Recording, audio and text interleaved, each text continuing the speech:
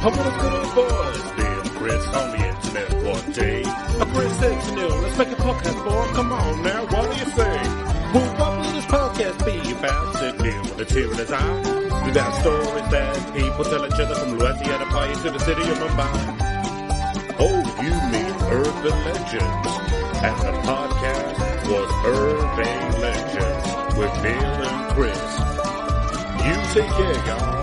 Hello, welcome to this week's episode of Urban Legends, number one on the internet for your urban legend needs. I am Robin Hood-style train robber, man of the people. The ladies love him, the men want to love him too. Billy, Florida. And with me, as always, is corrupt Pinkerton, Mr. Neil Herbert.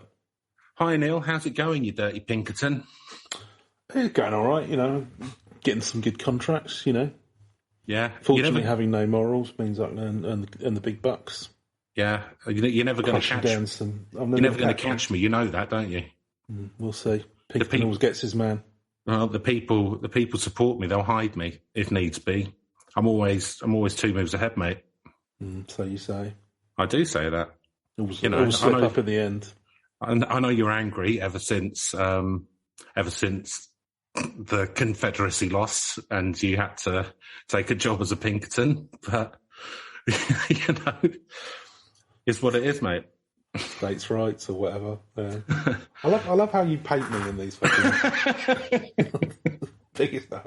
Yeah, fair enough. It's. Well, we know at the end it'll be me and you on top of a cliff top, but obviously not in the west. It'll be on top of what's it called, Mount Rushmore.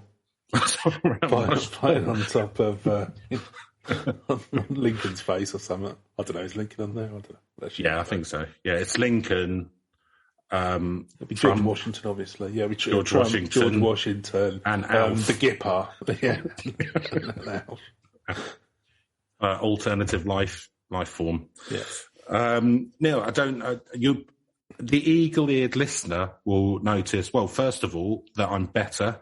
You could hear in the Turkish episode that I was on my way to a chest infection, so that was good. But also they'll hear... I just assumed that early insert brain damage was coming on earlier on set than I thought, Chris. Well, I mean, isn't that the whole point of me being on this? Is that you can slyly mock my early onset brain damage. One or other of us is going to have a medical emergency on the mic, and then the other of us can profit what's left of our rapidly diminishing lifespan. But the eagle-eared listener will notice that my voice is much crisper and smoother, like a fine Chardonnay or a Christmas pudding. Is that because you've been smoking Havana cigars, Chris? It's because I've been smoking many a Havana cigar. I got them in duty-free on my way back from Turkey. And also because I got sent my Hlyn Ferbert mic, which I believe are still on sale on our website. Yeah, I think you pick one of those up. Yeah, I mean, I was fortunate that I was able to get a bit of money out of the Black Ops budget from our sponsors at the CIA, our under-the-counter sponsors. But at this price, surely stocks can't last long, Chris. Well, I think you're probably right there, Neil. If I hadn't got this mic and I was in the market for a mic, I'd be on there now straight away, waving my cash, saying, "Sell me one." Probably buy 2 or 3. On eBay, God knows, you could probably go for triple the price. Oh yeah, well, absolutely. Like you pointed out, it's like Coots Bank. You have to be under normal circumstances, you have to be invited to own one of these microphones. So, just a little... If you're enjoying the sound quality, then you can go to our website, name pending, and get one of these. Instead of that open invite. Now, I understand that you have been watching some Robert the Doll film recently. Yeah, do you want to let us know how that's gone? Yeah, well, it's on Netflix, yeah? It's on Netflix. It's pretty much what you'd expect. It's probably pretty much a solid 5 out of 10. I will say, you're in an hour and a half, but you're going to have to sit and watch some I mean, it's had some interesting decisions, and I think possibly the directors. Is he a romantic lead in it? Well, very much a Cary Grant character. Depends on your perspective, I suppose. Well, no, unfortunately, see, this is the thing, and this is the problem I have with a lot of these movies. They've decided to make him look more, quote unquote, terrifying. Right. No, I did very much enjoy the opening. So they've relocated it to Wales for some reason. Right. And there's an Irish nanny who's at some house with some, I think they were saying like Canadians, I'm not sure. But then there's this whole thing where they're going like, oh, the house is haunted, the house is Basically, haunted. what's happened here is American actors are too expensive. Yeah, effectively. Well, I think the director might be a Welsh lad himself, and so I think he just decided to... And he doesn't like flying, he's like Mr. T. I think afford to be able to film it somewhere else, or other people. It's probably more. It's got a bit of a community theatre vibe. Now, what I did enjoy, they had a. There are some things that are good about it. So there's the disclaimer at the start that it's based on a true story. Oh, none of these events happened or were set in Wales, but bear with us. And I do mention the sort of. Was it Key Martello Museum or whatever it was, where it's currently located? Yeah. The staff have reported strange things happening with the doll, and there's something on there. Should you wish to send Robert any any cocaine or money, then please do. But no, I like the opening. So yeah, there's this Irish nanny who, for some reason, she now owns Robert the doll. I don't know where she got it from, a kid in Florida from, but supposedly she stumbled across it on the attic. And she did a bit of... we find out at the end, a bit of a twist, because I assume nobody bothered to watch this. Right. But, spoilers. She was... Yeah, so spoiler alert for anyone desperate to watch Robert the Doll. Don't bother, frankly. That she was... Yeah, she was involved in the dark arts or something and managed to... He'd been stuck in the attic. Like jazz. Reawaked his spirit. Okay. His evil spirit, which was bound to the doll.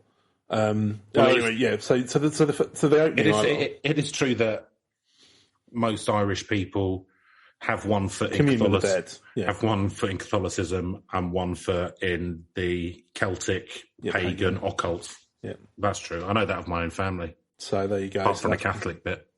That's more clearly how she was able to bring the evil haunted doll back to not life exactly. But yeah, it's just a bit of the element. They're kind of like it's like they're supposed to be. They think they're in a haunted house. This couple at the start, and then she just sort of turns around to the camera and says, "But it's not the house that's haunted, my dears. It's the doll." They do a close zoom in the attic of Robert, and he turns to the camera, and it's like all those violin sticks. So that was an immediate laugh. And I thought we're off to a good start here. Unfortunately, then you've got kind of like what's effectively, jump scare. Yeah, well, no, there's not really. It's not even a jump scare. Because firstly, it's just like. So you've got basically there's a couple and they've got a kid, and he's like the Welsh Alan Partridge, basically, is the best I can describe it. And she's supposed to have had some sort of mental health conditions, but she's now on medication. She's feeling better, but there's a bit of tension between them about that. And, they're going to play with the whole, is it all in her head? Which they do a little bit. So, like, firstly, her painting gets a load of red splashed over it, and she thinks it's the kids. Oh, why'd you do that? That's really bad. And he's like, I didn't, Robert did.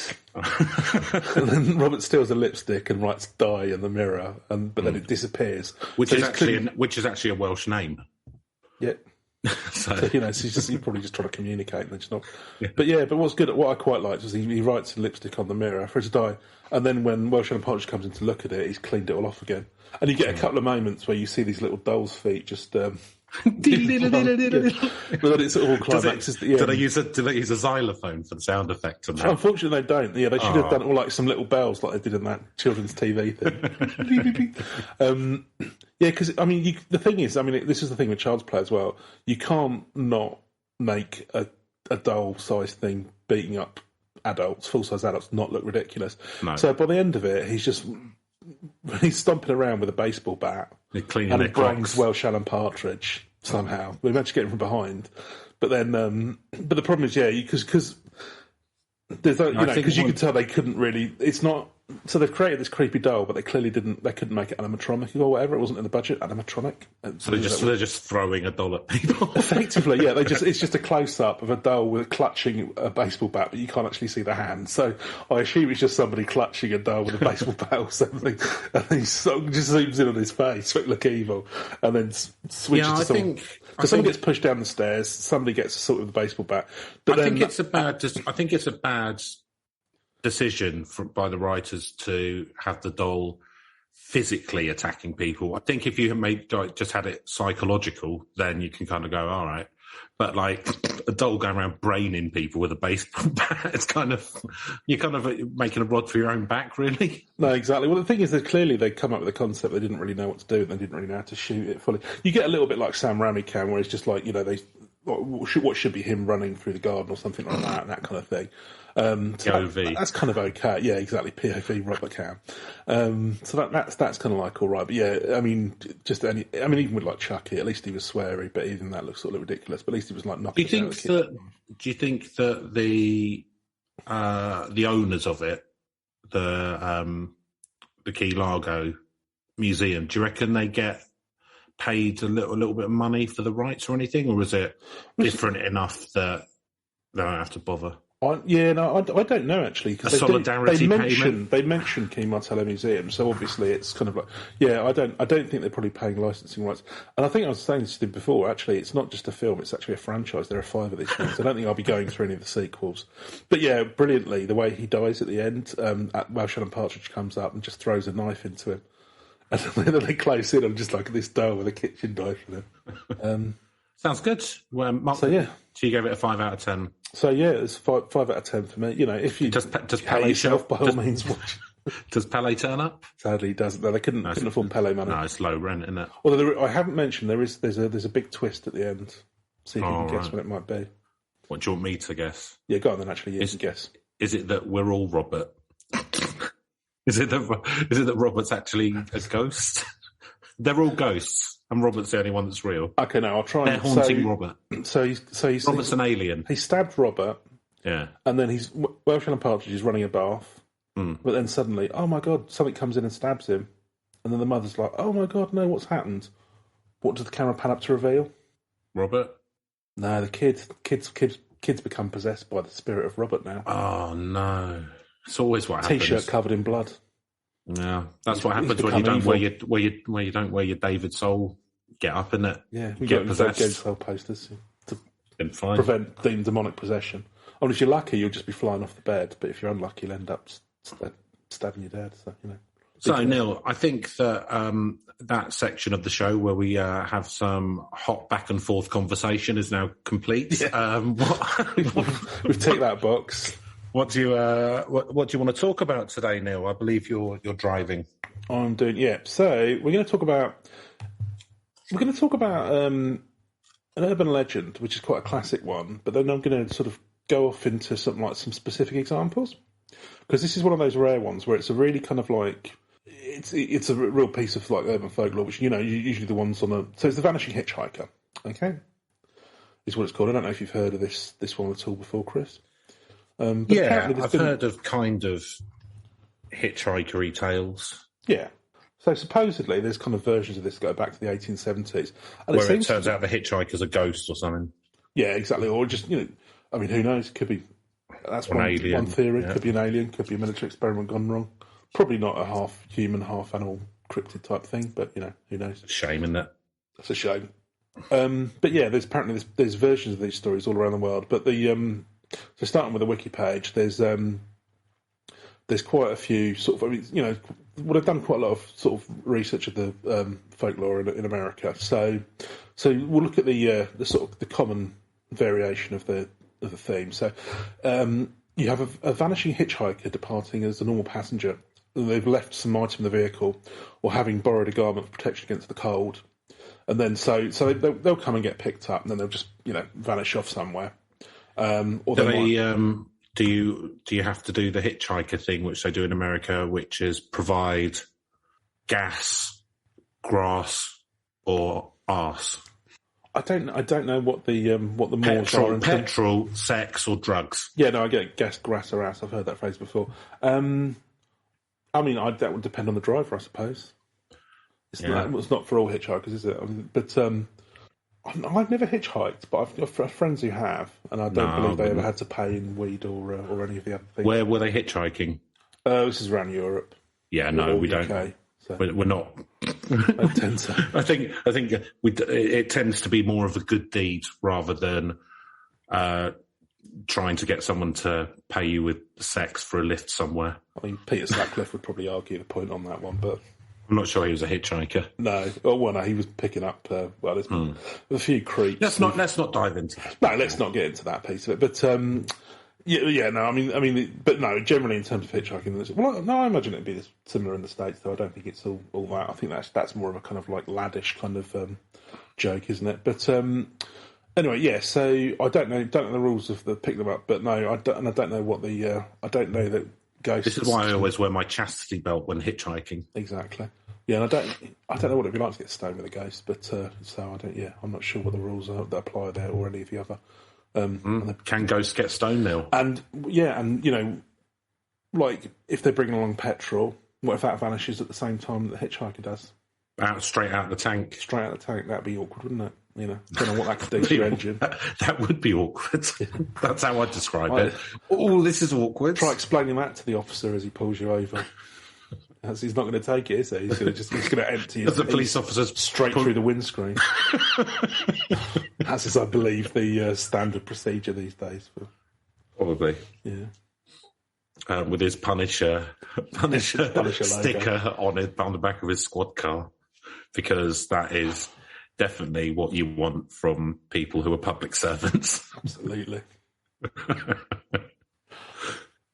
I like the fact there was. That's why I work in sort of public sector. That's why my desktop background is a human beat stamping on a face. Just really inspires me to how I should conduct myself. Well, there's that. We're both fans of podcast guy and writer Robert Evans, and he was talking because he's got understandable issues with the state of policing in America, and he was saying that because there was this thing that went sort of viral, and it was of police in London. There was a guy with like threatening people with a knife or machete or something, and they managed to slowly take him down, right, using taser, pepper spray, whatever, de-escalate the situation. And a lot of American sort of right-wing people going, look at this, they don't even have guns, so this is well stupid. Robert Evans going, no, the guy's alive, no one got hurt, they managed to take him down, de-escalate the situation without any weapons. That's what you should be doing. Yeah. And I think that's I don't know, I don't want our police any more armed than necessary, really, because I think then you're just in an arms race between criminals and law enforcement. No, I tend to agree. Well, the thing is, you do have armed police in the UK. There's SO19, I think they're called, aren't they? But they will get sent in for various things, but they're very highly trained. And even then, to be honest, Sussex Police got a really bad rep a while back because there were a couple of deaths, like a guy with a table leg who they supposed was brandishing it threateningly. I'm not convinced. Or there was that poor Brazilian chap who got shot in the tube, wasn't there? That was the Met. Yeah, but you've got the tactical firearms units, and each county has them. Yeah. So we have them in Sussex. Yeah. They're up in Lewis, and then if there's a big incident, then Kent will come and help, or Surrey will help, or whatever. So you have like a specific group of however many 15 officers who are fully trained, and that's what they do. Yeah. But no one else gets to carry weaponry. I don't even like them having tasers. I don't even like them having truncheons and whistles, to be honest, and notebooks. Get rid of it all. Well, there you go. But yeah, no, agreed. I forget how we got onto this tangent, but it's right. It was ask grass or right, yeah, gas, petrol. Yes, right. Right. So spooky hitchhikers. Spooky hitchhiker, yeah. So effectively, it's you're picking someone up and they sort of vanish during the drive. So, don't know. To be honest with you, ghost or whatever, I don't know why you're wasting both of our time, but clearly you've got time on your Well, it could be stuck in some kind of loop. That's true. Yeah. So it could have been that they were hitchhiking and they were hit by a car. when they were hitchhiking. And then so they're kind of stuck in a temporal loop where they keep doing the same thing over and over again until, I don't know, like someone banishes them to the netherworld or something. Or they can only go so far from where they died, maybe. Who knows? Yeah. Yeah. So they're trying to leave, but I mean the rules around ghosts are, we've just not put enough research into it, Chris. That's the problem. That's what it is. You know. We're too busy, you know, funding medicine and you know, parapsychology's crying out for some funding. Yeah. I reckon we could con Musk into putting some money into some of this shit. Yeah, just tweet some nonsense out there and start up something. It's like, oh, he's looking into all the ghosts, Elon, and he goes, yeah, good point. Good point, mate. Who is looking into the ghosts? That's how he talks. I would imagine so. Real life Iron Man. Don't even forget it. Yeah, so you in the kind of like the legends, you'll get things where maybe they may borrow something and it vanishes, or they might put something in themselves. So the garment they've borrowed might be. Well, they're either taking stuff or leaving stuff. Yeah. Again, the rules are confusing. Yeah, and you know, maybe these are embellishments, but the garment borrowed could be found draped over a gravestone in a local cemetery. Oh. You know, or it might be something that belongs to the family or something like that. Also, sometimes you'll find that, you know, the ghost will, you know, give some sort of dire prediction or something like that. Or, you know, something that, you've also, there are hitchhiking legends, there's a variant in Hawaii as well that involves, you'll like this, Chris, the goddess Pele. Hey, yeah. he certainly is. It's a she, actually. I think she's a sort of spirit of volcanoes or something like that in Hawaiian like Pele. religion. Yeah. That's what they named the goddess after the footballer. Yeah. Almost certainly, yeah. Because of his volcanic bullshit. Yeah, I scored 20,000 goals. Don't worry about it, Pussycat. He was a good player. He was a good player. Yeah, so but what she would do is travel the roads incognito and reward kind travellers. Oh. Yeah, so that's good, isn't it? That's nice, isn't it? Yeah. It's funny how when you get out of the sort of Western European, North American legend stuff, a lot of the rest of the world, these kind of ethereal beings tend to be a bit more benevolent. They're not necessarily cruel or murdery. I think it's where you've got a religion where you've got those kind of nature spirits. There's probably more. Yeah.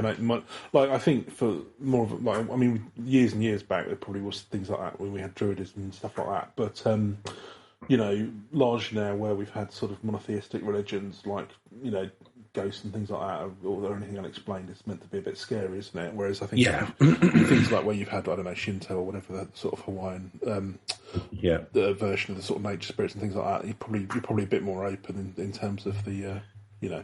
Yeah, a bit more animist. Yeah. So, there's another good one here around two travellers sitting together on a train, and one of them's reading a book and the other person asks what the book is about. First person says it's about ghosts, and they have a conversation about ghosts, and the second person asks the first if they believe in ghosts and whether they've seen one. They say, no, I don't believe in ghosts, at which point the ghost vanishes. Whee! I got your back. See you later. Yeah. Oh, don't you? How about this? That'd be good. You could make a good killing as a magician if you're a ghost, couldn't you? Yeah, although I'm not sure that money translates into the afterworld. No. Oh, no, sorry, I'm getting that wrong. You can take it with you. That's it. That's what they say, isn't it? Not you can't. No, you can't. Yeah, absolutely. I mean, get as wealthy as you can on this plane, and then that sets you up in a good position. Nice. It's like your retirement plan for when you die, yeah. That was very much what the pharaohs believed, wasn't it? So make sure you get it buried with you, though. Don't, you know, so and you know, any servants that you've got or anything, to get them buried alive with you. You know, who else? I don't want to make my own soup when I'm in the other kingdom. What's this stuff about weighing my soul? Oh dear, that's not going to work out well, is it? But, yeah. Oh, can you imagine? You sort of like you wake up in the afterlife and there's no one there to make you. Oh God, you have to. Oh it's God, a bit mad, wouldn't you? God, I wish I wasn't dead now. This is awful. Got to make my own tea. Yeah. So there was an academic study around the different types of these things. And they managed to find so a couple of folklorists went out and actually collected accounts, like people telling these stories. Managed to get 79 written accounts of encounters of vanishing hitchhikers across the United States, and split it down into 4 different versions. So one is where the hitchhiker gives an address through which the motorist learns they've just given the lift to a ghost. I don't know how that works. That? Yeah, that's. I guess it must just be like you turn up to the house and it's like, been dilapidated for 200 years or something like that, yeah. Or it's like, Uncle Pete hasn't lived here for nigh on 15 years or whatever. I don't know why they'd be speaking in that accent, but... could you take me to 123 Tombstone? Yeah, or, was it Stowe Valley or Stowe... What was that, Stowe Cemetery? Stowe Cemetery. Can you take me to the cemetery, please? I need to lie down. Yeah, it could be that was the majority of them. Then there were a few where the hitchhiker was... That's the majority. 49 of the 79 were those type. And then you had stories where the hitchhiker was an old woman who prophesies disaster or the end of World War II, and subsequent inquiries likewise revealed to be deceased. A disaster or the end of World War II. This is weirdly written, to be honest with you. So, right. I mean, the end of World War II would be a good thing, unless, I suppose if it ended in a defeat for the Allies, that would have been a very disastrous, but, or it certainly would have been, but, bear in mind they were asking these accounts in 42, 43, so people would have been, it wasn't just like they asked in 97 or something. Yeah, that's what I was thinking. Oh yeah, World War II's going to end. It already has. It's ages ago. Yeah. Where have you been? I've been dead. So fair enough. You still get the papers. Yeah. Apparently, the majority. So there were nine fit that description. 8 of those come from Chicago. So, they think of, there might be a little local Chicago legend. Then there'll be some stories. There's a few left where the stories of the girl that they've met at some place of entertainment, or like a dance instead on the road, and she'll leave a token like an overcoat borrowed from the motorist on her grave by corroborating the experience and her identity. Okay, what, on her grave? Or just a grave? Yeah, so you go, let's say you go to like a country dance, something like that. And then, you lend under your coat and then she disappears. I've put it into you. And then, for some reason, you're wandering around the graveyard feeling a bit sorry for yourself. Yeah, what are you doing? Wondering why this keeps happening to you. Got can of cider on the go. And then, Gene something or another. And it's like, that's just, it's scored in a gravestone. You mean over the top of it. You meet someone at a Cure concert and then they disappear. They've nicked your black trench coat, and then you go, as always, when things don't go well, you head off down to graveyards for some strong cider and listen to your Walkman. Boys Don't Cry, something like that. Then you find it, and then that's they want a little pick me up. You do the what's that? Love Cats. Love Cats, yeah, yeah. Which is actually my favourite Cure song. It's the only Cure song I think I know, pretty much. I think I've listened to some other Cure songs, but I'm not familiar with them. Boys Don't Cry. Oh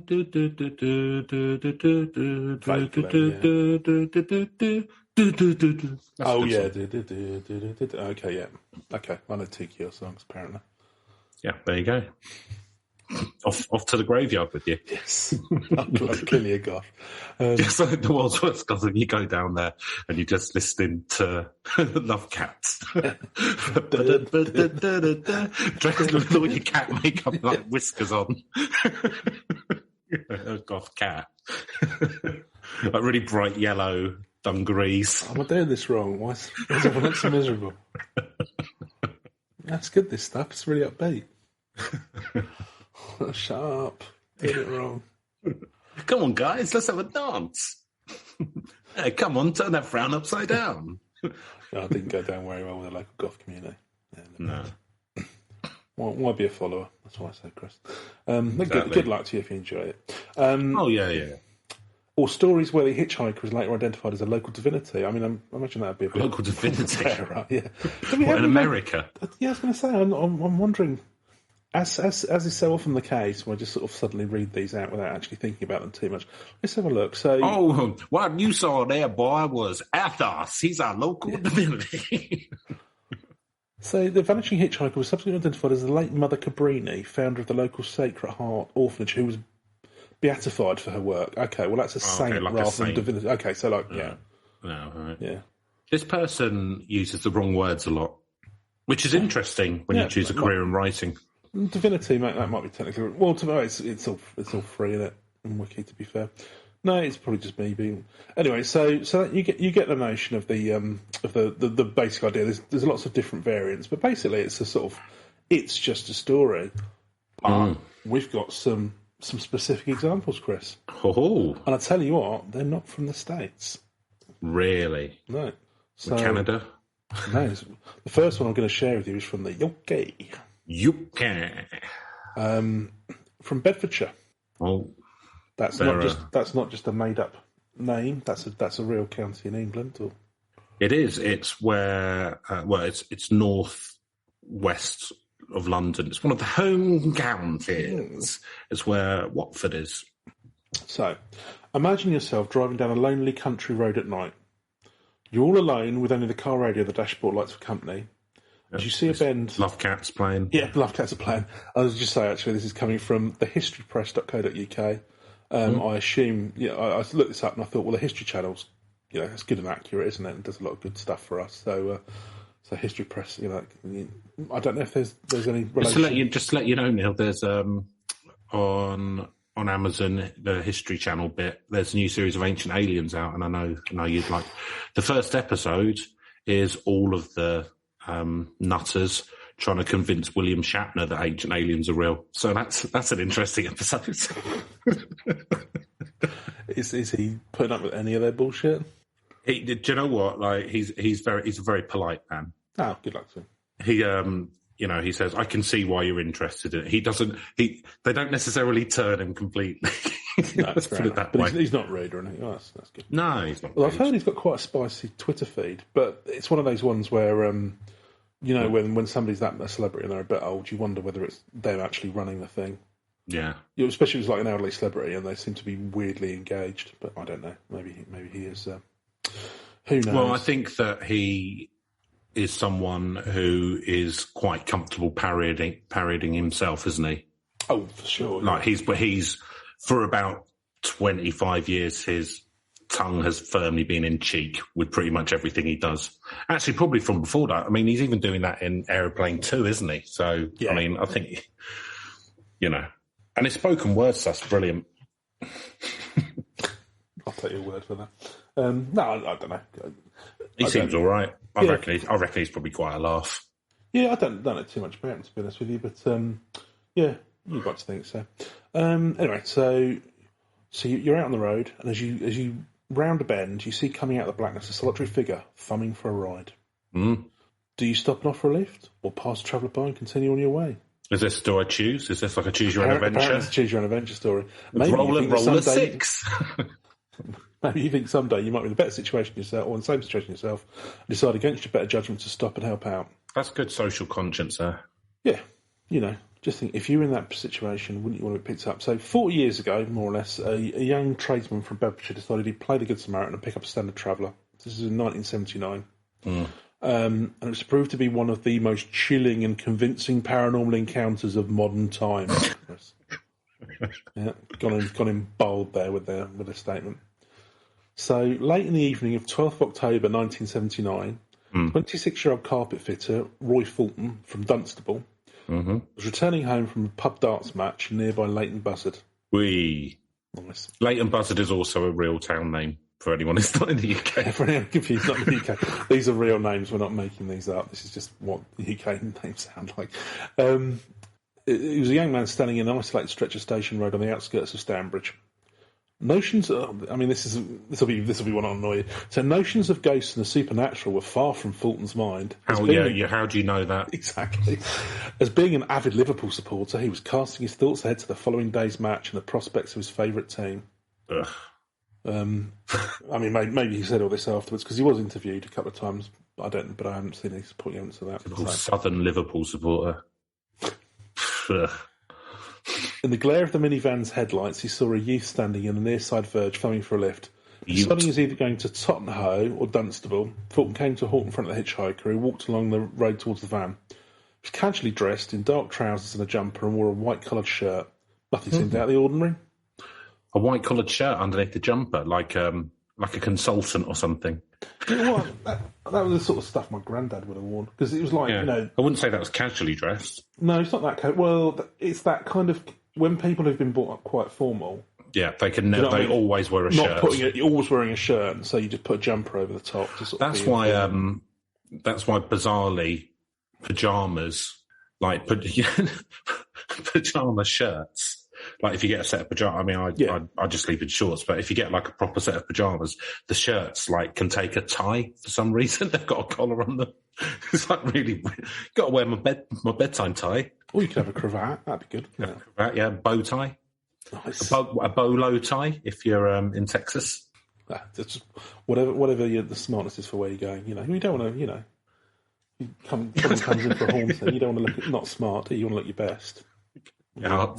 Put your breakfast tie on. Yeah, or when you decide to leave the room, just. I think that I want to get changed, but obviously you're not going to appear outside your bedroom without a tie on. So. I think I'm at a stage in my life now that, apart from funerals, I probably will never wear a tie again because I don't wear them for work. I don't even wear work trousers anymore. No, what do you wear? Just hot pants. Yeah, just my underpants and a t-shirt. And the top has stopped coming into the office. You can work from. It's actually in your contract that you have to work from home.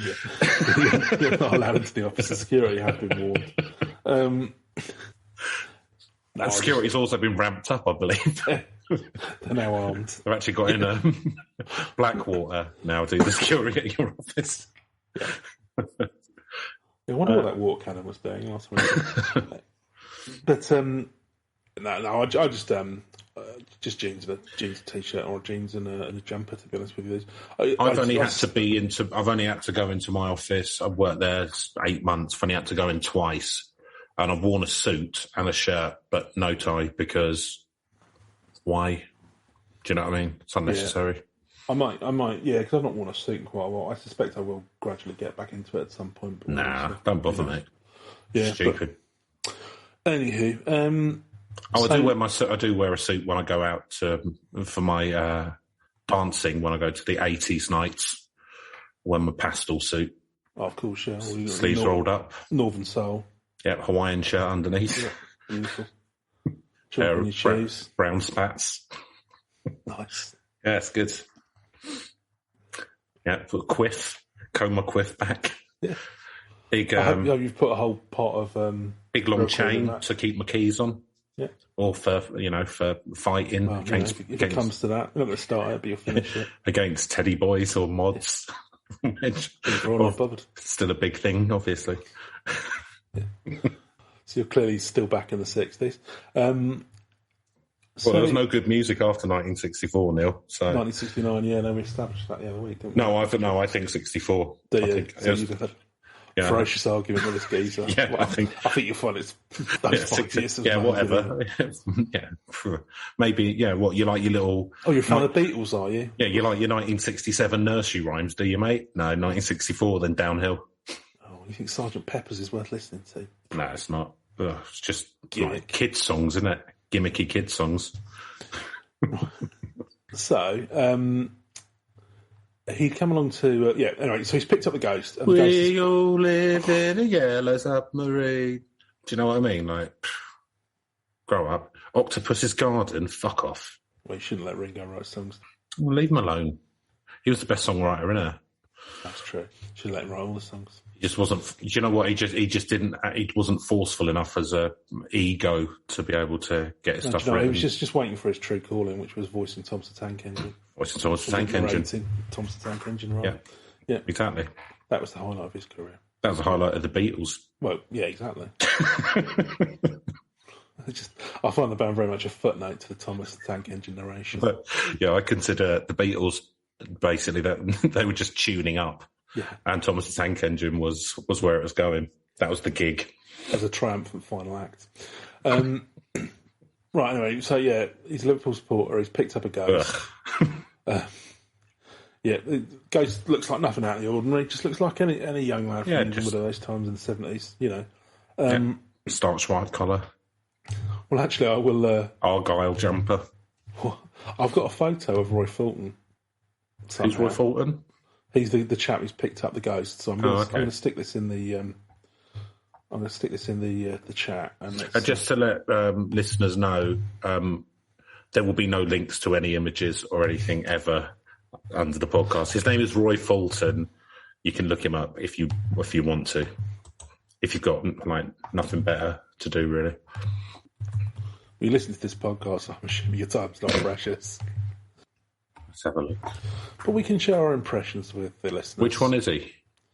So he's the chap in. He's in the centre. He's in the centre. Oh goodness me! And he looks like he's had a hard life. Well, this is the thing. I think he's in his 20s.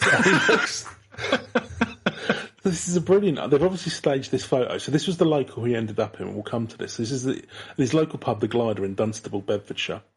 And he would have been. Well, he was 26 when the whole thing happened, and I'm assuming this was a bit. The guy behind the bar's pretty smooth, isn't he? I'll tell you what. He looks like someone who burnt out in the city and decided to open a pub. Yeah, it's just an easier life. He'll look after his clients. I'll tell you what. That young man on the right, I'm not sure he's old enough to drink. I mean, he looks about 47, but he's got. I think there's a tash going on there. Yeah, but everyone looks older back then. Well, this is the thing, because it's like, ladies. I mean, they've all got a fag on, obviously. They're all smoking. Oh, do you remember when you could smoke in pubs? Those are the good days. I'm quite glad you can't now. It's ruining us enough of my health as well. They've all got a pint and a whiskey on at the side. Why is this website got down the sides licensing options for this photo? Student or presentation, 40 quid. Non-commercial blog, 65 quid. Or online media 190 quid.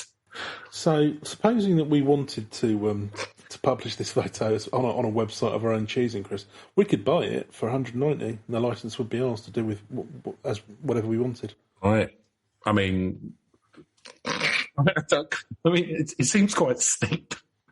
It's quite a lot of money, yeah. But, it's an easy license. You just pay your money, and then, quite what they do. I don't know if the 14 Times, I think that's where it's come from, is going to be sticking their lawyers on us if we did decide to publish it, but. And it's got a sort of watermark over it as well, hasn't it? Yeah. Do you think that any of these characters see any of the money, or would it just be the photographer? It'll be the photographer, I'd imagine. Wow. So it's credited to Hart Davis 14. I imagine he's involved with the 14 Times. I don't know. I'm just guessing because it's about spooky stuff. It's a nice 70s pub, though, isn't it? It's a lovely 70s pub. I mean, it's really of its time, and it's just the thing that makes me laugh is just, because if that was in the 70s, he must have still been in his 20s, and by God, he looks late 50s, doesn't he? He really does. Yeah. 40s best. I mean, I've not looked after myself, but, he looks older than me, and I'm in my early 40s. Yeah. Well, carpentry, isn't it? Carpentry, difficult life. That's true, actually, yeah. He's been putting up shelves and that. It's an odd life. But, yeah, I think... But on the other side, I think the barman's he's probably like middle aged, but he looks like he's had Well, he looks like he comes from money.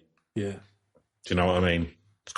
He's got that certain confidence. He's leaning on the bar. He's got his legs crossed one over the other. So yeah, white chinos, a shirt with a white jumper over the top. Yeah. Classy stuff. Nothing tastes. There's no logos. The type. Yeah. Slumming it. Just, grinning. Wants a bit of rough. Over the top of this, yeah. End of the night, there'll be a few lines of decent stuff over that bar. Anyway, right, okay. Let's stop describing a photo that listeners can't actually see. It just made me laugh, the fact that, people seem to age differently. Well, maybe seeing the ghost aged him terribly. That's true, actually. It could well have been that. So, okay.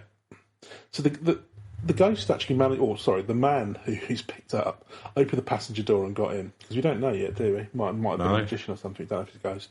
When he asked where he wanted to go, his only response was to point ahead further down the misty road. It's misty, apparently. So he let in the Mini's clutch and the van pulled away. That's a nice bit of description, isn't it? That is a nice bit of description. He pressed his thumb firmly on the handbrake button, lifted it slightly, and then released. Balanced the clutch and the accelerator without stalling the car. Edged forwards. changing from first gear to second. I'll tell you what strikes me, though. So he's asking where he wants to go, and he's just like pointed down the road. Forward, yeah. Like, to be honest with you, mate, unless you're deaf mute, that's a bit fucking rude. I'm giving you a lift. Yeah, but that's why you get killed up by ghosts. I didn't hear that. Where are you going? Well, it's an uncomfortable situation, isn't it? Yeah, you can't ask him to leave then, I guess. So the journey continued in silence for some minutes until Fulton decided to offer the youth a cigarette. Do you want a fag? And this is the point where what had been a completely ordinary familiar situation suddenly crossed over a threshold into the strange and frightening world of the unknown. I leant forward and picked up the packet of cigarettes, he later recalled, turned round to offer the lad one, and that man or boy was not sitting there. Stunned, Fulton pulled the Mini to a halt, turning on the interior light, looked in the back, thinking maybe he climbed into the rear of the van. Nothing there. I mean, this guy's not very perceptive.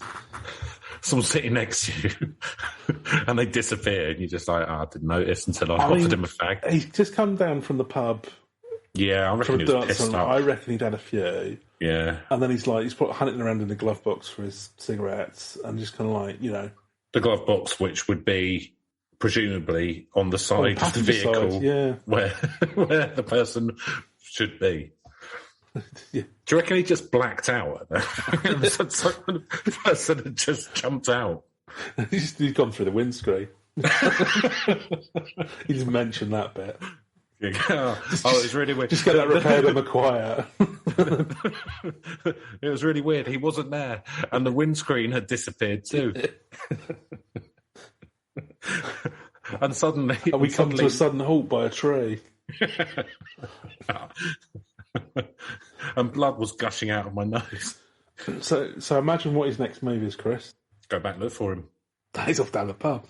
He does. So now terrified. Go to a different pub. Now terrified.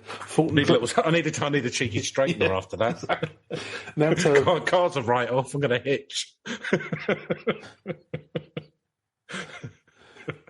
He dragged himself out of the wreckage of the car.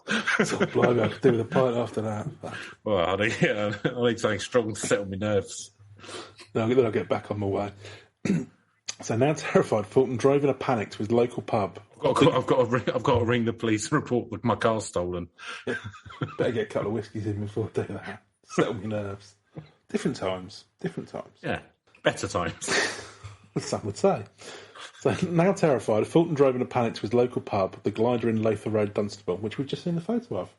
A very nice looking premises. It's homely, isn't it? It's homely, yeah. Wooden walls. It looks like a good working man's pub. Do you reckon it's still there? No, probably. I'll tell you what. Pubs tend to last forever, don't they? That's another one we'll go to, is it? For a field trip, isn't it? Go and get. See if that bloke's still there. Well, exactly. Yeah, go and see if we can meet Roy. What's it called? The Glider. Let's have a look, actually. Glider in Lother. I'll have a look now. Fullerton. Glider in Lother Road, which is in... No, Fulton is the chap's name. Oh. What's the name of the town? Hang on a sec. Are you looking it up, then? Oh, yeah, I think it's... Dunstable? Yeah, Dunstable. Lother Road. It is still there, yeah. It's on Facebook. Oh, it looks depressing inside now. Oh, I think this is a field trip, Chris. This looks like the worst pub ever. It's underneath a block of flats. Fuck me. They got live music on Saturday night. Really? Elvis impersonator? I'd hope so. Get down there on Saturday. If Richard impersonator? Well, that was in 2018, so... God, it still looks exactly the same. Well, it looks really depressing inside now. They've changed the walls. I mean, it does look 70s, but the walls aren't all wooden now. Oh, but look at the live band. They're having a bit of fun. Oh, nice. That's you on the left, isn't it? Could well be. Playing the bass? Playing the bass, yeah. Yeah, well, you can play the bass. I can do, yeah. I can play the guitar, so I can play the bass. Not properly real bassist, but yeah. I like the fact that he's got a Manchester bucket hat on. That's nice, isn't it? And that person, the guy on the right, is being haunted by an orb. Yeah, I mean, how can you explain that, coming out of his third eye. There's no visible light source. So yeah, there's like a load of pictures of the band, which is probably quite good actually because it makes it look a bit more dynamic. And then there's a picture of a Warburton's truck outside for some reason. Oh, we got bread, we got bands, B&B. And then a sign up saying, "Despite my earlier request, you still piss on my floor. What's wrong with you?" So there's a blackboard in the toilet. Apparently, some of the customers are a bit incontinent. Still piss on my on my floor. Some Larry drunkers apparently scrawled that out. Oh. Anyway, so there you go. Controversy at the glider. Yeah. If you're in the area, go down. It's got a lot of history. Well, I say a lot of history. A bloke met a ghost hitchhiker once and went down there for a pint. Actually, we'll carry on now. So he's gone down there, ashen-faced and shaking. He blurted out his terrifying story to the landlord, Bill Stone, and his group of regulars. Two things haunted him. I bet they wouldn't like us, the group of regulars. Do you reckon they're still there? Yeah. Yeah, we went there that night. Do you reckon it's like a real sort of... It's a bit like the Blind Beggar in East London, and everyone down there seen when the Crays murdered that fella. Yeah. Point of honour. It's like, yeah, we were there that night. Roy Fulton was... You can't have been. You were only 25. Wouldn't have been born. Shut up. Well, Neil, just to say that we could get the train to Leagrave, and then it's about a kilometre from there, so get an Uber. Right, walking distance, isn't it? Yeah, or a cab. Walking distance, yeah. Have some cans on the way in Horton Hall Park. There you go. Beautiful. Lovely. We'll see you all there. Yeah. Oh, we'll have some cans in Lucy Park as well on the way. Or Boozy Park. That's what we'll call it. Yeah, I'm sure we won't be the only ones. There we go. It's got quite a lot of parks. Well, that's good. That's nice, isn't it, for Dunstable? Yeah. Oh, right. Okay, it's really close to Luton. Okay. So, could be a bit rough. Anyway. We've been worse, I'm sure. Oh, yeah. So he blurts out his terrifying story to the landlord and the group of regulars. Two things haunting about the experience. The eerie, pale-faced youth was somehow part of an earlier traffic accident which had not been reported. And secondly, the sad silent by figure... him. the last time he'd been to the pub to play darts. And that he might follow him home. Oh, why did you run me over? Yeah. I was a bit pissed, all right? Stop going on about it. All my mistakes, yeah. Yeah. Lest ye be judged. So he was later interviewed by writer and researcher Michael Goss, and in 1985 took part in the respected television documentary series Arthur C. Clarke's World of Strange Powers. Mm. So, didn't Arthur C. Clarke, wasn't he a sci-fi writer? Yeah, he was, yeah. Yeah, he decided to get involved in paranormal afterwards, apparently. On both occasions, he's told the same story without any deviations or embellishments. That one night in October 1979, he took a ghost for a ride. The countries apparently as diverse and wide apart as Sweden, Pakistan, Canada, Korea and South Africa all have their own individual and specific hitchhiker tales. But the experience of this Bedfordshire motorist ranks as one of the most compelling and thought-provoking of all. Doesn't say much for the other ones, does it? Arthur C. Clarke's most famous thing was 2001 Space Odyssey. Oh, he did do 2001 Space Odyssey. Okay, yeah. Yeah, I wasn't sure if that was him or the other. Yeah, because he was quite famous sci-fi. It's very famous, yeah. Did he work for IBM as well, Arthur C. Clarke? Don't think so. Do you know what? Doesn't matter, does it? No. It don't really matter, Dale. Doesn't matter. You're focusing on the wrong things. Exactly. Love. Here we are with a terrifying ghost story, and I'm thinking about Arthur C. Clarke's CV. Well, there you go, Chris. What did you think of that? Impressed, I can tell. You've literally been stunned in silence. Yeah, it is possible that heavy abuse of alcohol over a number of years can lead to hallucinations. I think that's true to say. I think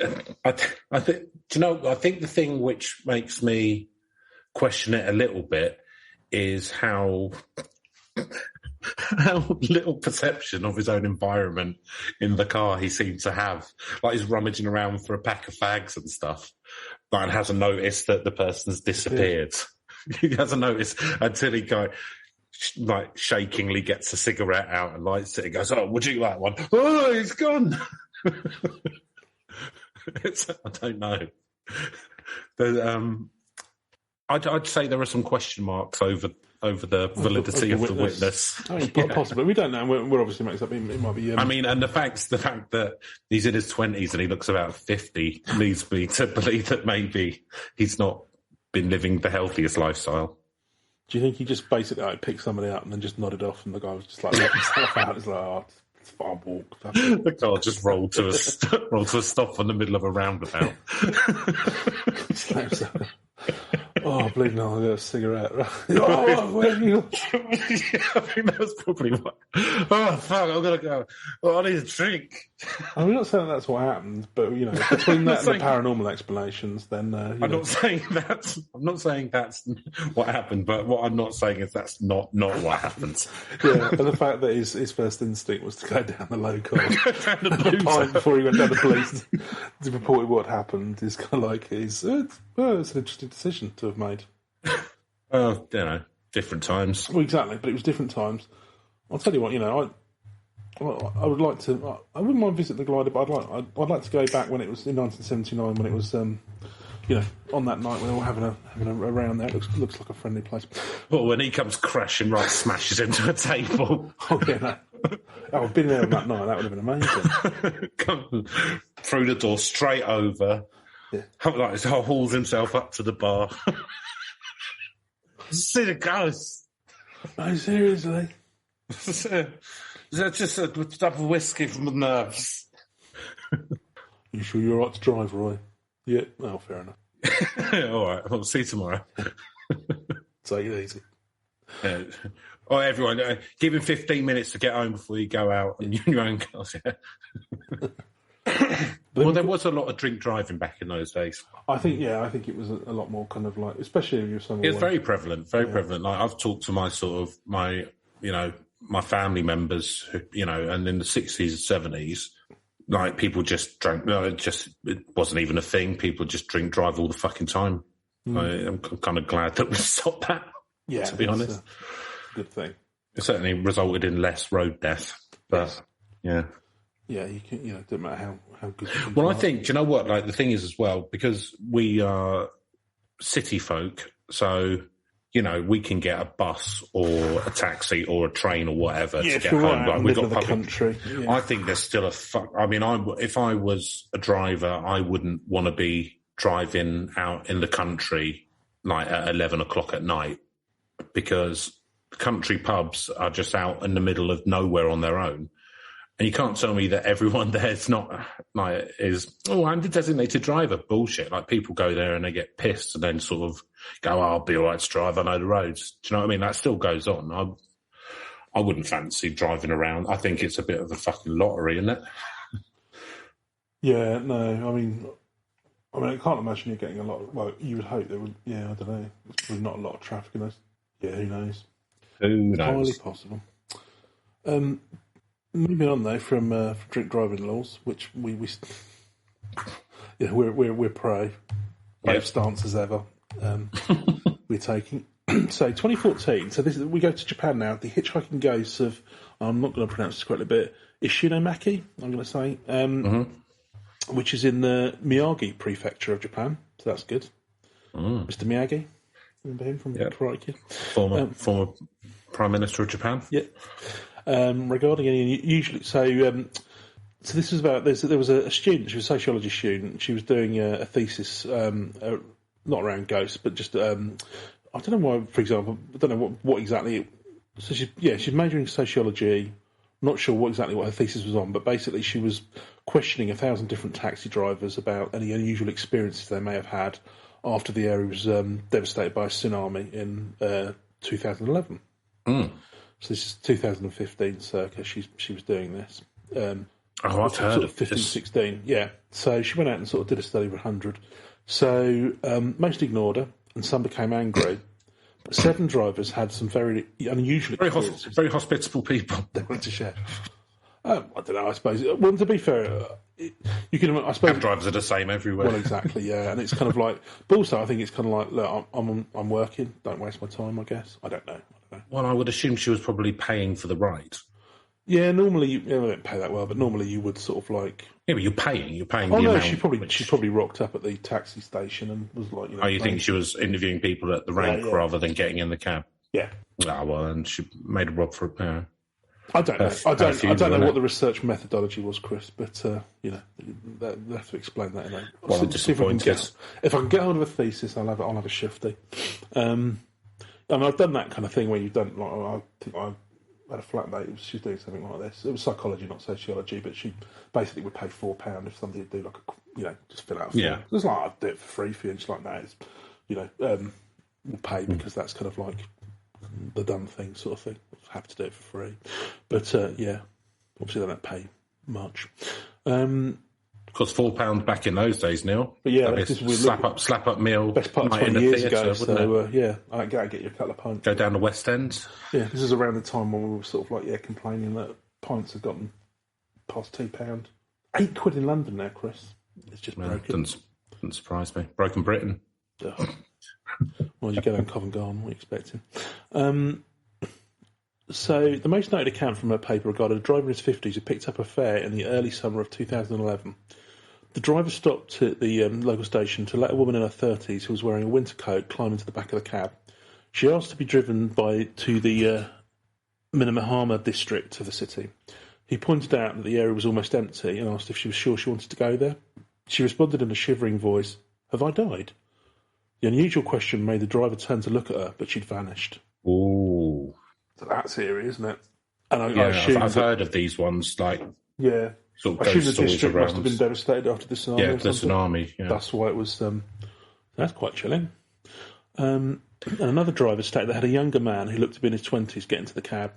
The driver looked up the young man in the rear-view mirror to see he was just pointing forward. It's another rude... It's these male ghosts, they're so rude. It's like, nice young lady, she just, just have a bit of a chat about... Need a little spell in the military, that's what they need. Oh. Go in the ghost army. Yeah, bring back national service for ghosts, that's what I say. It builds your confidence as well. Ghost confidence. Yeah. That's where we're suffering from. So we want more confident ghosts. Yeah. And really start kicking stuff around. I think that's the last thing we need. That is, yeah. We need to keep... I've not thought this through. That's one of my platforms that I'm running for Mayor of Brighton is keep ghosts unconfident. Yeah, I wondered why you were going on that slogan. I mean, to be honest with you, if that policy came out of our national government in the next few weeks, it wouldn't be the stupid. I lifted it directly from Tory manifesto. I wouldn't bat an eyelid, to be honest with you. Fair enough. Yeah, Boris Johnson said it in Prime Minister's Question Times when he was asked about Partygate. Said, keep ghosts unconfident. There's lawyery, swatty Starmer over there. Doesn't give a toss about ghosts doing normal people like me and you. Yeah? What's he doing about that? Oh, it's just a bunch of piffle, really, focusing on like a birthday cake when you should be focusing on the growing confidence of ghosts. Mind my right honourable friend, we're going to get on with getting Brexit done and delivering for this country. Ramona nonsense. And so on and Economy so forth. up, ghost confidence down. He just dusts off his shoulders to cheer him. Big tent conservatism. Oh, do you reckon Boris Johnson would like going for a pint down the glider? God, no, of course he wouldn't. Of course he would. He'd pretend he would, though, wouldn't he? Farage. I don't think he even knows where Luton is.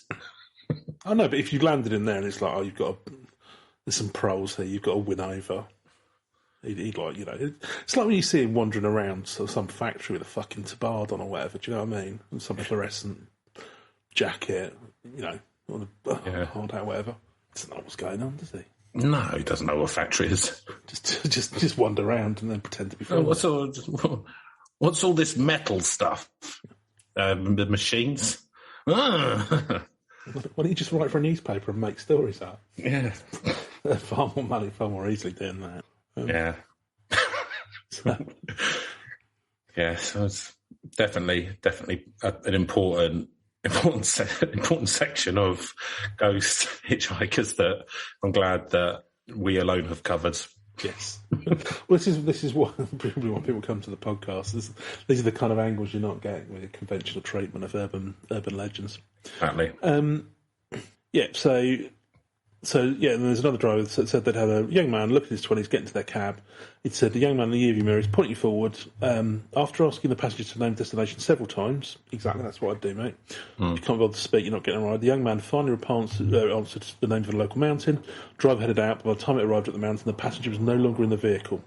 And all seven clearly thought they had picked up human passengers, and shown by one fact they'd all started their meters. Unless it's a grift. Well, you say that, but it says once the taximeter is started, the time it represents must be paid for, if not by a passenger, then by a debit from the driver's paycheck. Oh. So they're not likely to fake these stories, because, and especially since none of them had sought attention for the accounts until this lady had interviewed them as part of her thesis. So she noted all 7 drivers described younger-looking passengers, and so speculated they're all victims of the tsunami. Yeah. Also supposed that when a young person dies, their ghost is more likely to feel strongly chagrined by the fact, and therefore more likely to need to communicate this frustration through to the living. She felt they were using the taxi as a medium for the communication, and she was impressed by the fact that drivers were not afraid of the strange passengers. They seemed to hold their experiences with some reverence. Yeah, that's Shinto for you, isn't it? Yeah, and also they, some of them had lost friends and family in the tsunami, so they Well, that's the most compelling one, isn't it? Yeah, that's interesting, and I'd kind of wouldn't mind reading more on that actually, because you've done someone who's actually. I think there's a documentary. There's a documentary about it. I'm sure I've seen it. Yeah. I mean, and in no way am I saying that this is what happens, but if we're going to be sceptical for a second, it's entirely possible she made it all up. But no, I think, well, no, actually, because you've written a thesis, I think actually that would be a pretty risky thing to do. So I think so. You'd need to have extensive notes and all the rest of it to back things up. So I mean, it could. The only kind of explanation that I can kind of come up with for that is these people lived through an incredibly traumatic time when their whole town and everything and people they knew were all wiped out, and they could well be suffering from PTSD. Yeah, that's the kind of logical explanation. So having seen their whole world basically be destroyed and people they know will die and stuff, it could be kind of a PTSD thing where their mind sort of see someone in kind of a way to kind of, I don't know, comfort them that these people are still about, even as ghosts, like they're gone, but their spirit lives on, kind of thing. Yeah, don't know. That could be it. Well, some way of processing grief. No, absolutely. Yeah. So that was quite an interesting one. So I just thought it was an interesting little legend here, because obviously it's just a. You've got the basic of the folklore, but it's quite a big one. It's global, and it's. I haven't sort of hunted down any other countries, but I thought those were a couple of interesting ones. We've got Roy in the UK, and then some of our taxi drivers in Japan, and so lovely for thought. So Neil, shall we go through our scoring system? Yes, find it. Right, Neil. So spookiness, you got voiced. Yeah, so I think it is kind of. I mean. Again, you've got to sort of question what it is that they're wanting. But I think, the notion that they've died young and they're just sort of like they're frustrated or whatever, and to communicate that, actually that kind of makes sense as well. Yeah, there is something spooky. Because I think if you had some kind of experience of what's theoretically the afterlife, I think that would shake you up. You'd think about the metaphysical possibilities and all the rest of it you hadn't thought of before. And who knows? It's not sort of spooky scary, if you like. But I think there is something like back of your hairs and the neck coming up. I mean, if you had an experience like this, even if like Roy, potentially you're from anywhere on a scale from had a couple down a darts match to can barely see straight, like fall asleep at the wheel. Track, you'd still, cars in a bush when you wake up. Yeah, you'd still, ghost bush. If you thought you'd seen that, or you'd had that kind of experience, I think that would be spooky. You would remember that for the rest of your life. I think that. So I think this is quite a high one. It's not one that's kind of like terrifying or scary, but I think it does have a spookiness factor. So I'm going to give it a 7. 7, okay. So I think it's spooky. It would be a spooky thing to happen, whether or not it's a real ghost or your mind's manifesting it, or years of drinking has led to hallucinations. Either way, you're perceiving it as real. Yeah, exactly. And I think that is spooky.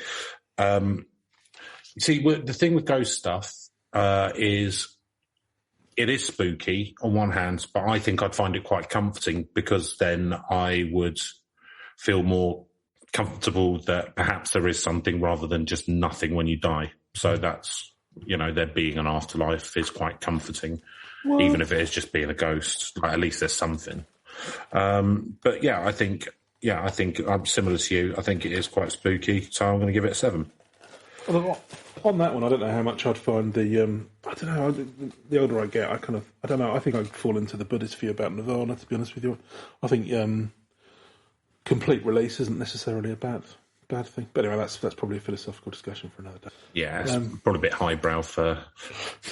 let's edit that bit out. What's the other one, Chris? No, that's the bit which I'm going to clip and put as our kind of clip of the show, so people get an incredibly wrong impression about what they're about to listen to. So believability. So again, it's similar to the first one, whether or not it was a ghost or it was alcohol induced or PTSD induced or whatever. I think that these people believe they saw what they saw. I can see how the mind can trick you into that. But, if I'm sort of, I'm agnostic, so I'm quite happy to hold up my hand and say, I don't know. So, I mean, it could well be that somewhere where some big trauma has happened, that, the spirit or energy of the victim could still kick about. It's possible. It's not likely, but it's possible. So I think those two added together, I'm going to give it a 7 again, Neil. Yeah, and again, it's another one for me where, whilst I don't necessarily believe in the sort of ghost stories per se, what you've got is a couple of reasonably well validated experiences, which I think is quite interesting, because you've got like what is on the face of it classic bit of folklore with you would usually have very little to recommend it, but it's kind of interesting, oh yeah, that'd be spooky, but then actually a couple of first-hand experiences that are or multiple in the sort of second instance. So yeah, that gives it a ramp up in the believability stakes. Well, whatever you want to ascribe this to, I suspect that these don't feel like hoaxes to me. It doesn't feel like somebody's doing it for a laugh, especially the ones where she interviewed them afterwards, because they've not come forward and asked to do this. And even the one with Roy, I mean, whatever his condition might have been or whatever, and obviously we're just joking about that. But you might have been hoaxing, but it'd be a bit of a weird. Well, who knows? It could be. You can never explain with any of these things. But they feel like they're quite believable.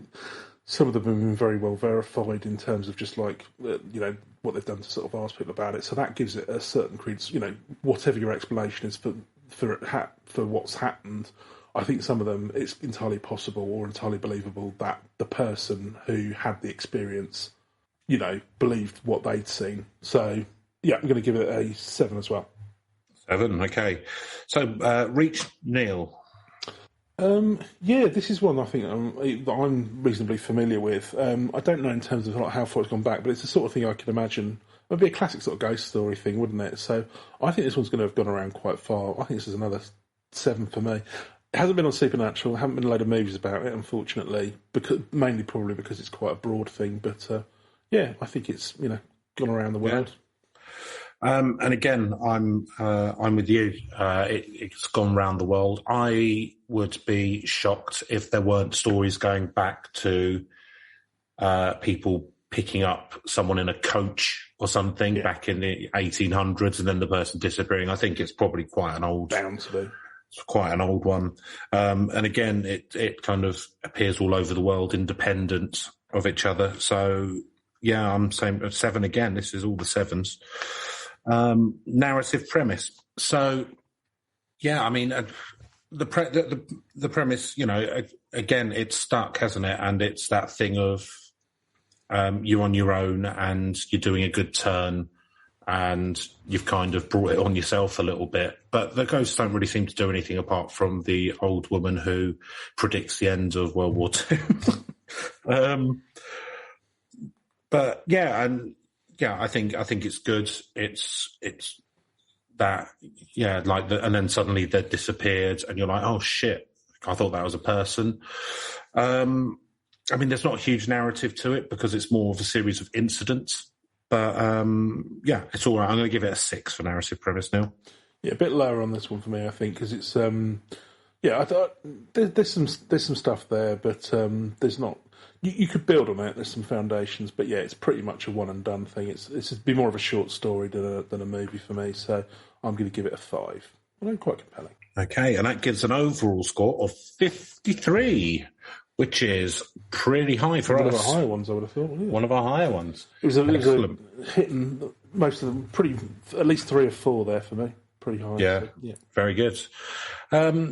So if you've ever paid for hitchhiking with grass, arse, or petrol, then please let us know at herb.legends. If some phantom petrol has disappeared out of your engine at some point, we'd like to hear about that as well. gmail.com. Yeah, or phantom or a bus petrol. driver who's picked up an entire bus full of phantoms and they disappeared at the same time. That'd be good. Yeah, exactly.